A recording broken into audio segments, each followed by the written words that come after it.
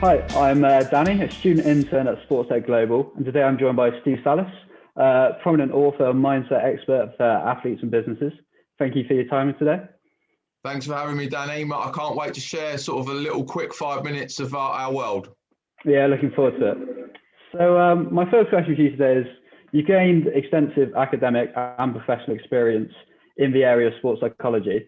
What would you say is the most important mental quality for an athlete to possess? Well, when I got asked the question by one of your colleagues recently, I did have to think about it. It was something that I had to reflect on, but I would probably say it's a standard word, but learning to be resilient. There's another word called being stoic and having to learn. And I said on a recent podcast, you can't go to a shop and buy a book for $10.99 and learn to be resilient.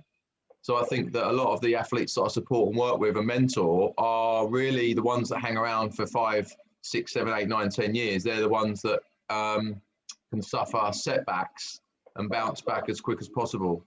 There are obviously lots of other elements to mindset around to be successful, but I would say, yeah, resilience is probably number one aspect. Yeah, definitely. Yeah, I can imagine just being able to learn from issues, because you're always going to experience issues, so being able to learn from them and overcome them is such an important aspect to have for a long career. Yeah, the average person sees the 11 players normally playing on a Saturday. They don't see the 7 substitutes and then the 15 players that aren't even in the squad. So it's important for the trained eye to know that, yeah, bouncing back is key. And the next thing is really understanding your journey and how that's going to fit into the sort of team ethic, which could be used in business as well. You know, it's looking at people's super strengths, Danny, really. Yeah, great. With the 9 years as a vice principal, what would you say is the main lesson you took from that you're able to apply to your coaching career? Well, we've just spoken off air very briefly about the importance of obviously being a great leader and the importance of strategy. I think strategy was a major thing. What is strategy? Strategy is really long-term planning. Strategy is how that fits into medium-term planning. And I think through experience and a lot of failures that I've had, Danny, it's also about working backwards.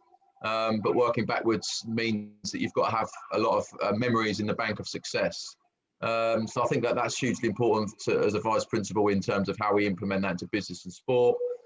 Strategic skills are something that I had to learn. It's not something I was born with, so it's important that young people listening to this know that. But I also think about, the importance of teaching and learning. That's really my bag. It's how we add value to people performance. And notice I say not athlete, I say people, because my work is working with all types of people, not just athletes, around how we develop a process for them to fulfill their super strengths in life. Yeah, I guess sport is just kind of one area that you can apply your knowledge into, that it kind of works for anyone in different careers as well. Like, it doesn't have to be like a sporting pathway that you're using your knowledge to apply to, if you get what I mean. Yeah, definitely. And I do a very simple process, the RAG rating, a red, amber, green. Greens being someone's super strength they're brilliant at, ambers being areas of development, and reds being things that they're not so strong at.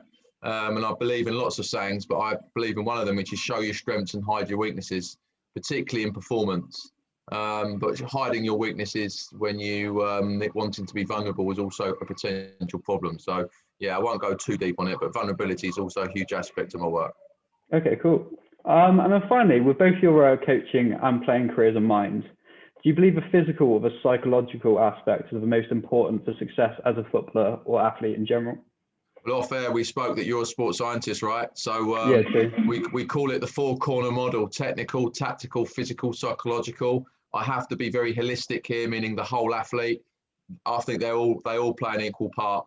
The work that I do is very bespoke to each and every athlete. Some players might need more psychological support than physical support, but at the same time, for the long-term player development, we definitely are the 4 corners. So technical aspects, tactical, physical, psychological, they're honestly, they're all equal. They all add value to a World Cup victory type thing. Yeah, well, I guess all of them support each other, really. Like, you need the psychological to be in place to be able to get the physical in place. Yeah, blended approach, we'd call it, Danny. Yeah, so just a very sensible approach to the whole player. Yeah. Oh, well, yeah, thank you. That was really interesting. Great speaking to you. And thank you very much for your time again. Thank you, Danny. Top man. Cool. Cheers, buddy. Have a great day. Yeah, and you.